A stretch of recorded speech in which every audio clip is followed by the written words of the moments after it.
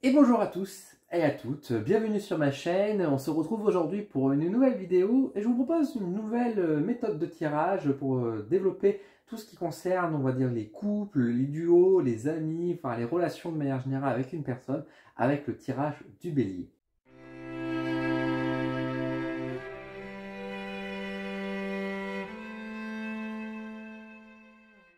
Alors, ce tirage du bélier, alors je dis tout de suite, c'est pas une invention que j'ai faite de moi-même, vous voyez que j'ai mon petit livre en main qui provient donc du l'oracle de la sagesse gauloise, un oracle que je vous ai déjà présenté sur ma chaîne qui est excellentissime et qui propose différents tirages assez originaux. Et vous le voyez, juste ici, il y a également donc ce fameux tirage donc du bélier, je vous fais la mise au point, hop, par rapport à ici, qui vous permet du coup un tirage idéal pour les questions à deux protagonistes, couple, amis, collègues, avec donc une partie nous et une partie notre ami. Donc vous voyez qu'il y a quand même pas mal de cartes à poser qui va se faire en duo. On va poser donc à chaque fois donc une première carte ici, une seconde carte ici, par ici. Puis après, on va faire deux cartes, enfin on va mettre 5 cartes, pardon, chacune d'un côté. On va revenir une dernière fois pour ici voir un peu l'union de la force et des alliances.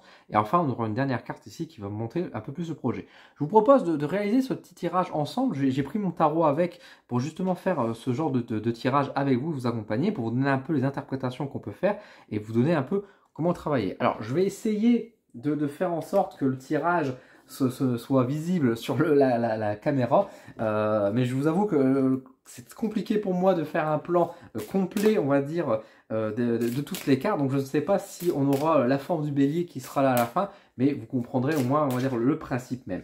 Donc je mélange un peu mes cartes et je vais penser à quelqu'un, donc à qui je vais penser.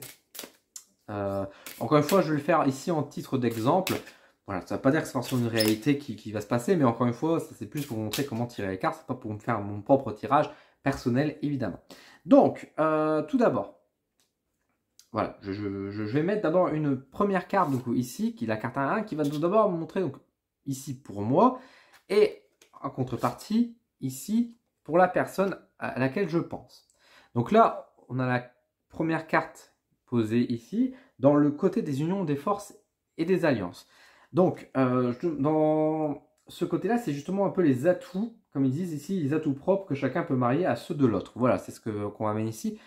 Donc, moi, j'ai ici un 5 de denier qui ressort, donc c'est pas une carte forcément excellente. Alors, je vous rappelle que c'est mon tarot qui a les cartes animées, donc elles sont assez rigolotes, je vais vous profiter d'en montrer. Donc, le 5 de denier qui parle genre plus de détresse, etc. Là, au contraire, l'as de denier vient apporter l'aide et le soutien. Alors, c'est ça qui est intéressant, c'est que là, en plus, elles se mettent en duo. C'est que vraiment, on peut voir ici que là où moi, j'ai des difficultés, on va dire peut-être sur l'aspect financier, par exemple sur d'autres problématiques, là où justement je peux être parfois dans le besoin, là où j'ai des faiblesses, des lacunes, etc.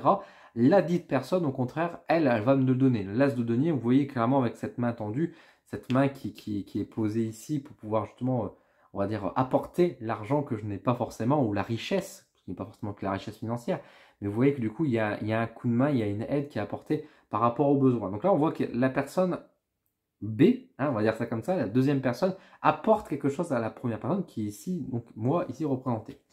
Ensuite, on va mettre donc deux cartes juste au-dessus.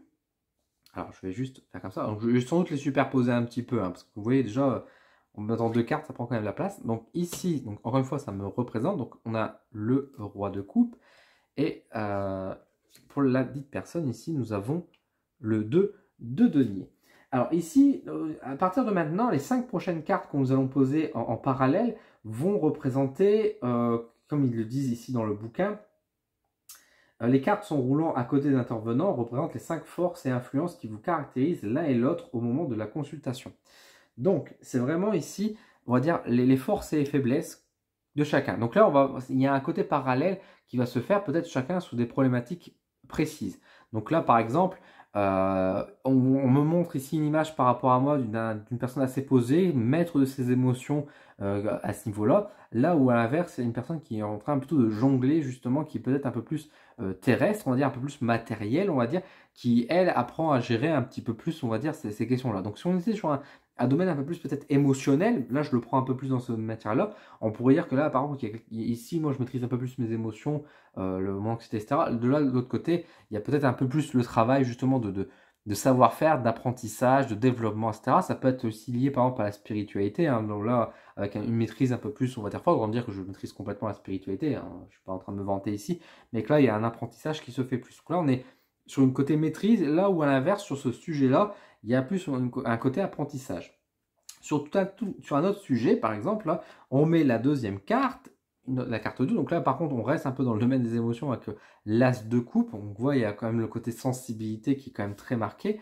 Et là, nous avons un 3 de denier. Décidément, on retrouve beaucoup les deniers de ce côté-là. Il y a vraiment, sur l'aspect émotionnel ici, encore une fois, la sensibilité, l'hypersensibilité qui peut être représentée par rapport à ici. Là, au contraire, c'est une personne qui, encore une fois, est beaucoup plus, on va dire, droite, qui a de l'expérience aussi, hein, qui peut être aussi dans le partage, évidemment, avec le 3 de denier, prêt à construire des choses également à contrepartie.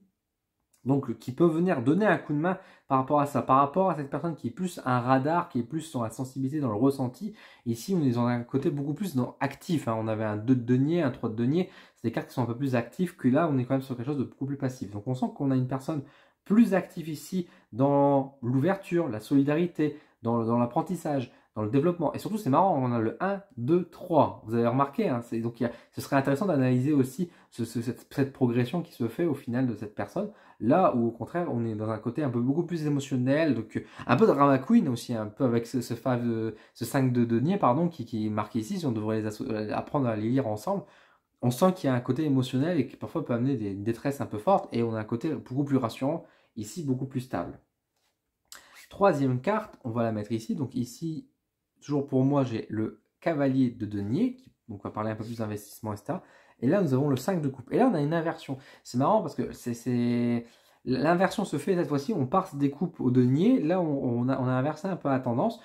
Là, sur l'aspect, on va dire, investissement, sur le fait de balancer peut-être des projets, des idées, etc., il y a peut-être ce côté de dire qu'on une plus grande assurance de se lancer, de croire, d'idéaliser, d'avoir un futur un peu plus marqué, peut-être. Là, au contraire, le 5 de denier va renvoyer plutôt sur les regrets, vers le passé, etc., sur les coups manqués. Donc là, on est sur quelque chose où on parle peut-être d'un avenir plus positif, plus radieux pour moi ici, dans un certain sens, dans le sens où il y a encore des choses à faire, à investir, à créer, à construire. Là, au contraire, on est sur une étape où je ne vais pas dire qu'il n'y a plus de futur, c'est pas forcément ça, mais cette personne-là n'est plus positionnée tellement sur l'avenir que sur le passé, avec le regret du temps perdu ou des choses qui a pu être loupées par avant, par exemple. Je continue, donc là on va mettre la quatrième carte. Quatrième carte, on va dire, un peu dans les énergies, encore une fois, dans les émotions, un peu dans le parade, un peu en forme duel, quoi. Hop, je vais mettre un peu cette carte-là un peu plus au centre. Je vais faire un truc comme ça, regarde. On va les coller, ces deux-là, pour montrer que vraiment, elles étaient confrontées, tandis que là, nous sommes plus dans une forme de dualité qui se forme ici. Là, donc moi ici j'ai un 10 de coupe, tandis qu'ici j'ai un roi d'épée. Alors là pour moi ça me parle beaucoup plus, là, par rapport à la personne que je pense, c'est beaucoup plus sur l'aspect émotionnel, sentimental, où là en fait il y a le 10 de coupe qui parle beaucoup plus de la création d'une famille, peut-être d'avoir des enfants, voilà, d'une belle rencontre, etc. Encore une fois sur les émotions, etc. Quelque chose de plutôt positif là-dessus. Là au contraire, on est sur un roi d'épée qui parle d'une certaine solitude, déjà par rapport à ça, mais c'est d'une certaine dureté, une certaine solitude froide, mais en même temps qui n'est pas forcément négatif, parce qu'on est sur un roi d'épée qui assume complètement aussi sa position, sa force, etc. à ce niveau-là. Donc dans un point de vue plutôt relationnel, encore une fois, pourquoi je parle ici du relationnel? Pourquoi je vous dis que c'est ici, on parle peut-être plus du sentimental, du couple, et pas d'un autre sujet? C'est parce que là, moi, je l'ai senti dans ce domaine-là. Et c'est là, en fait, que vous devez, pour les 5 cartes, donc là, il reste encore une carte à poser, mais pour chacune des cartes, c'est de vous dire dans quel domaine on parle, dans quel sujet on parle, dans quelle émotion on parle. Et du coup, de le conserver, mais pour les deux sujets, pour faire encore une fois ce parallèle. C'est-à-dire que là, par exemple, je vous dis, voilà, là, je le prends plus pour mon domaine sentimental pour moi. Donc, de l'autre côté, c'est sentimental. Là, c'est peut-être parler plus sur les projets, sur l'avenir, etc. Donc, je le mets en parallèle. Sur la construction, sur les émotions, etc. Et sur le caractère, là, c'était plus pareil, dans le caractère aussi, du coup. Vous voyez, c'est un domaine pour les deux cartes à chaque fois. Ça part dans ce sens-là. Et enfin, la dernière carte, justement, qui va donner un peu la force, on va dire, que je peux avoir, par exemple, ou en tout cas un autre sujet. Ici, nous avons, du coup, le 8 d'épée. Et de l'autre côté, nous avons un 9 de bâton. Et là, pour le coup, quel domaine on pourrait évoquer par rapport à tout ça? Il y a ce côté pour moi d'expérience qui ressort un petit peu dans ce sentiment-là, dans le sens où le 9 de bâton, pour moi, j'ai l'impression que ce personnage, justement, qui a un peu ce côté expérimenté, d'avoir affronté les épreuves, d'avoir la connaissance et de savoir comment s'y prendre par rapport à ça, tandis que là, il y a un côté un peu plus emprisonnant, ne pas savoir où aller. Il y a un personnage qui est aveuglé, qui est enfermé, qui ne sait pas, qui est un peu perdu, etc. Et qui traverse peut-être aussi des mauvaises phases, vous voyez. Donc il y a peut-être un passage dans une mauvaise phase avec quelqu'un qui, au contraire, a déjà traversé des mauvaises phases. Donc vous voyez qu'il y a déjà peut-être une différence aussi d'âge qui peut marquer, qui peut ressortir aussi à ce niveau-là et qui montre aussi, on va dire, la maturité que cette personne-là par rapport à ici. Peut-être que je ne vais pas dire que je suis mature avec la maturité, mais disons qu'en tout cas, cette personne-là a beaucoup plus de maturité que moi, a beaucoup plus d'expérience que moi ici, par exemple. Donc voilà. Et enfin, nous allons poser deux cartes supplémentaires. Donc ici, on a 6 et B6 pour parler. Encore une fois, là par contre, les deux cartes vont parler de l'atout des forces alliances, ce que chacun peut s'apporter, on va dire tous les deux, l'un et l'autre finalement. Donc là, on avait vu que sur un point de vue financier par exemple, ou sur un point de vue matériel, etc., il y avait une personne qui pouvait clairement donner un coup de main par rapport à ici. On pose une autre carte. Donc là, nous avons l'étoile. Et là, nous avons le 6 d'épée.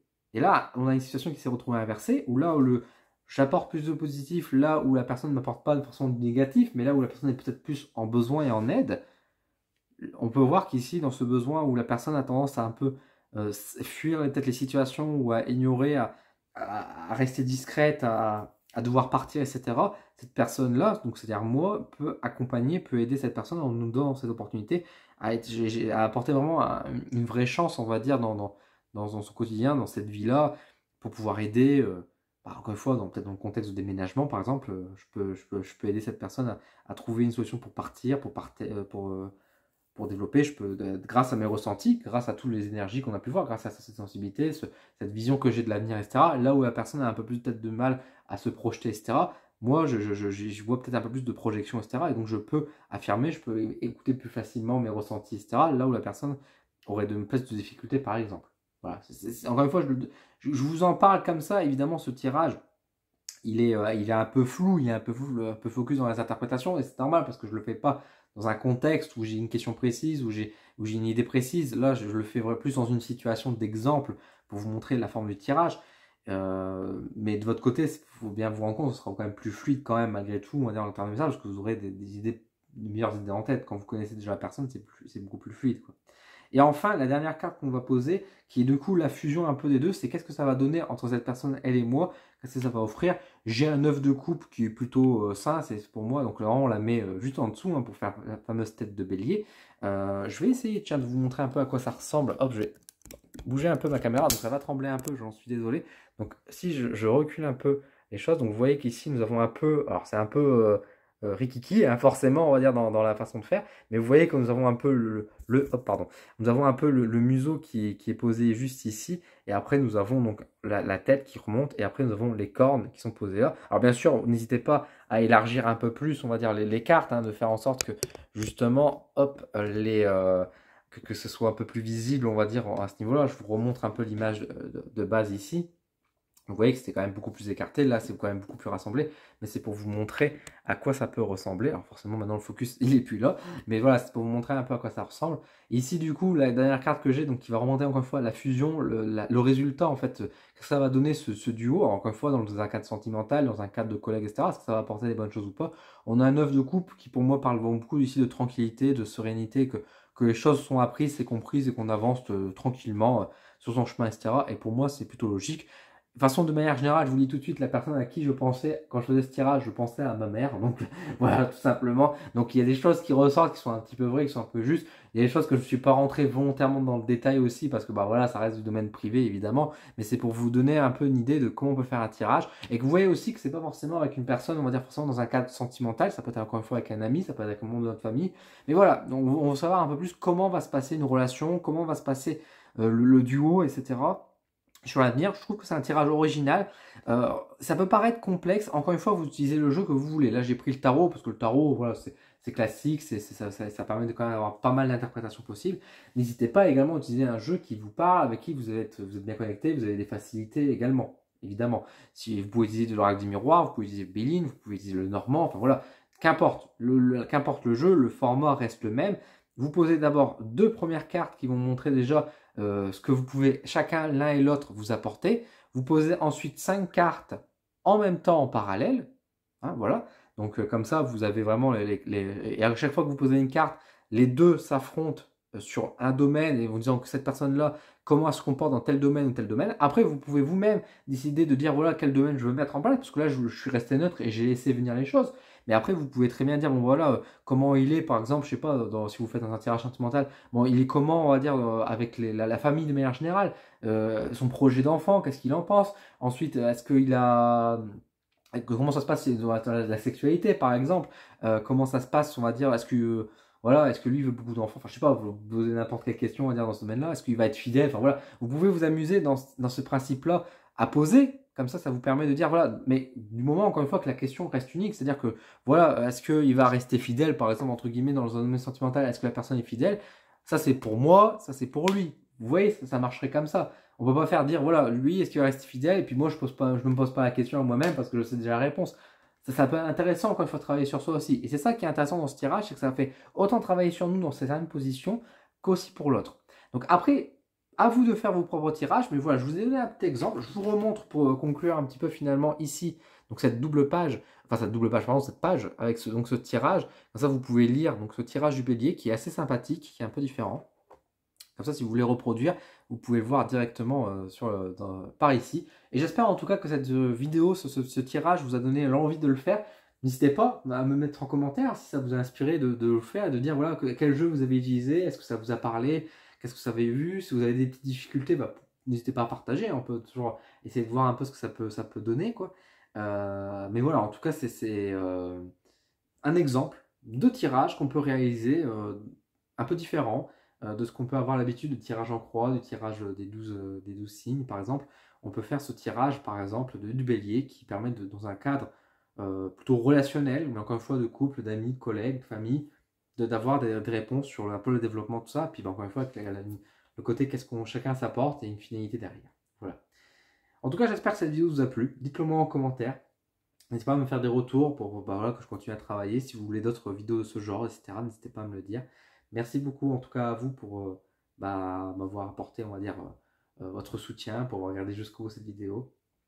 Si vous avez des questions, n'hésitez pas.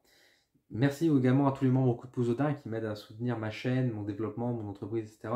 Et puis bah, n'hésitez pas à rejoindre, vous avez des avantages. Hein. De toute façon, quand vous rejoignez l'équipe, vous avez des différents bonus, des petits cadeaux qui sont là également.